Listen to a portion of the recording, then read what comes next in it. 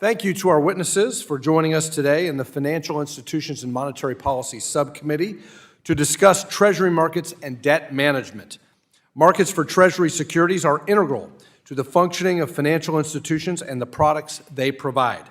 Trillions of dollars in Treasuries trades occur each day in the private sector and with the Federal Reserve through purchases, sales, repurchase agreements, securities lending, and more.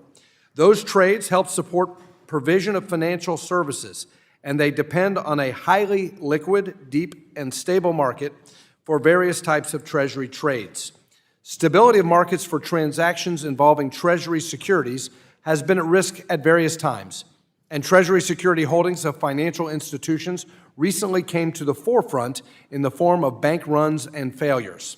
The rapid escalation of interest rates engineered by the Federal Reserve following a prolonged period of near-zero short-term interest rates placed many Treasury security holdings underwater and marketable to a loss at current market prices.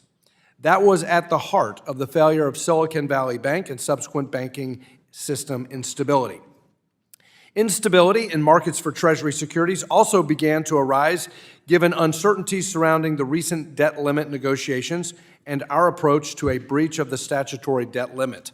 Today's hearing is what I intend will be the first of several exploring markets for Treasuries, given the importance of those markets to financial institutions and the provision of financial services.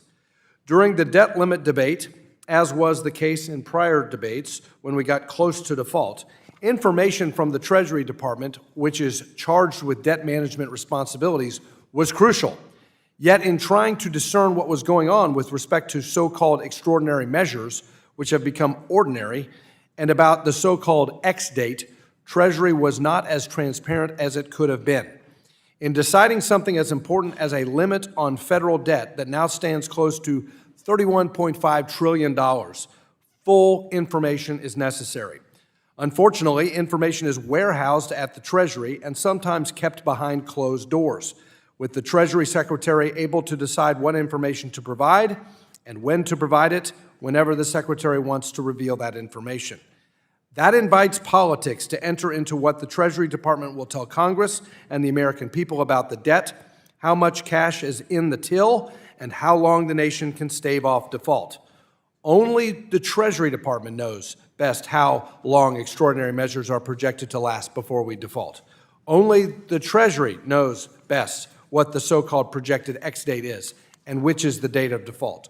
Only the Treasury knows best how much cash it projects will be in the pockets of the American people's till as we approach running out of cash to honor Treasury obligations.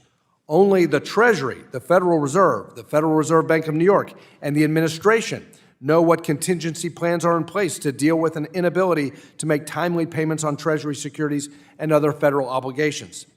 To be clear, such contingency plans are necessary because an inability of the federal government to make timely payment can arise from a debt limit impasse, but also from adversities such as a cyber attack, systems failures, natural disasters, or terrorist attacks.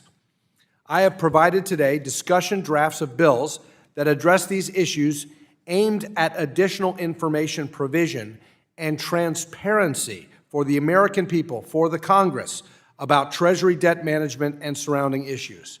Today's discussion with experts from the Government Accountability Office and Congressional Research Service who have studied the debt limit and surrounding debt management issues will help us discuss how to allow the American people and Congress to be better informed about federal debt management and information about our nation's fiscal health.